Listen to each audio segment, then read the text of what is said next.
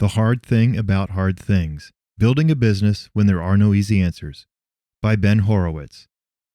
If you really want to learn about war, you ask someone who has been to war. Ben Horowitz writes an honest and practical book about the struggles of leading a company in what he calls wartime. While most books tend to deal with leading your organization when times are good, Horowitz addresses the challenging times. He knows whereof he speaks. Now one of Silicon Valley's highly respected entrepreneurs, he earned his respect in the trenches. In 1999, he co-founded LoudCloud, a cutting-edge cloud service provider. In an industry that was exploding in growth, LoudCloud made it big and then found themselves on the brink of disaster. Yet Horowitz made crucial decisions that kept the company afloat time and time again, eventually restructuring part of it as a different company, Opsware, and finally selling it at a profit.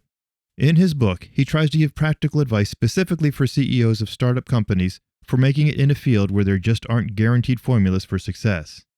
One advantage Horowitz feels he has in facing adversity is his diverse background that helps him see things from different perspectives. He is also a free thinker, reluctant to go along with the crowd. Another trait that has helped him face challenges is his can-do attitude and a willingness to take on seemingly impossible odds with a positive and open mind. Rather than a recipe for success, Horowitz offers the cold hard truth that a good CEO needs to have the resolute character and guts to make tough decisions in situations where there are no perfect solutions. He is honest about the huge emotional investment this is. Horowitz also offers his idea of what your priorities should be in building your company. Your people must be first, then your product, and lastly, the profits. Discontented people will not produce your best product, and then obviously, profits will suffer. Paying attention to the work environment and maximizing team building will help avoid office politics that can be counterproductive and ultimately hurt your product. When looking at your product, the goal needs to be focused on high quality that will build a customer base and keep them.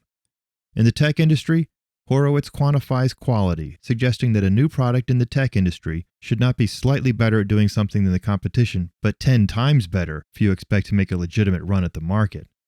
However, not everyone finds the silver bullet, and you need to be diligent even if you are working with lead bullets. Find what your customers really need and want, and work your hardest on product improvements. Keeping a loyal customer base should never be secondary to managing profits. While not a recipe or formula, Horowitz does offer rules that will lead to greater success in managing your company in both good and bad times. A CEO should 1. Hire a team whose ambitions are in accord with the company's vision. 2. Set up and maintain clear organizational policies.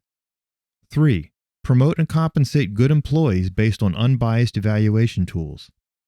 4. Hold regular meetings between employees and management. And 5. Invest in employee training.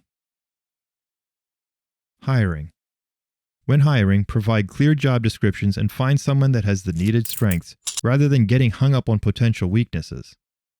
All employees, and the CEOs too, have weaknesses. Hire for the immediate needs of the company. While committees can be involved in interviewing and giving input on hires, take the responsibility yourself for the final decision. In hiring, look for people who share your company's ambition. Hire the person who is team-focused rather than self-focused. Their own success is a byproduct of the company's success, so seek people who believe in your company's vision. Clear policies. While it can seem impersonal, clearly defined policies keep everyone on the same page and help minimize politics in the office. They help create a routine to ensure transparency and candor. When things go south, these policies can be the stability you need to keep going. It doesn't mean you won't adapt policies to fit new challenges, but policies give you something to help function in crisis. Evaluations and promotions. One particular area where having clearly defined policies is necessary is in employee evaluation.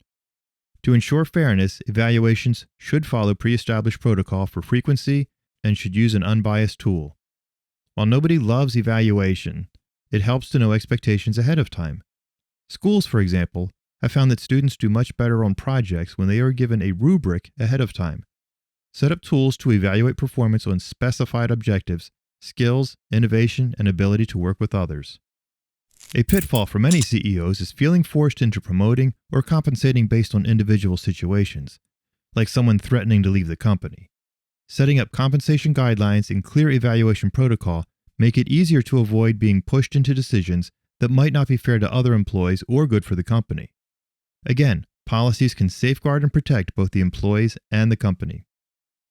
Another pitfall a CEO can make is to promote as a reward for good service. This may sound like a great idea until someone is promoted to a position they are not well suited to fill.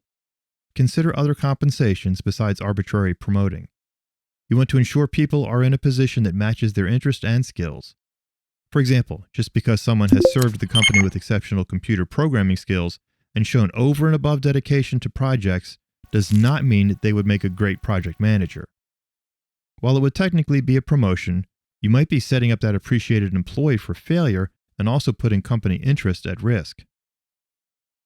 Direct meetings.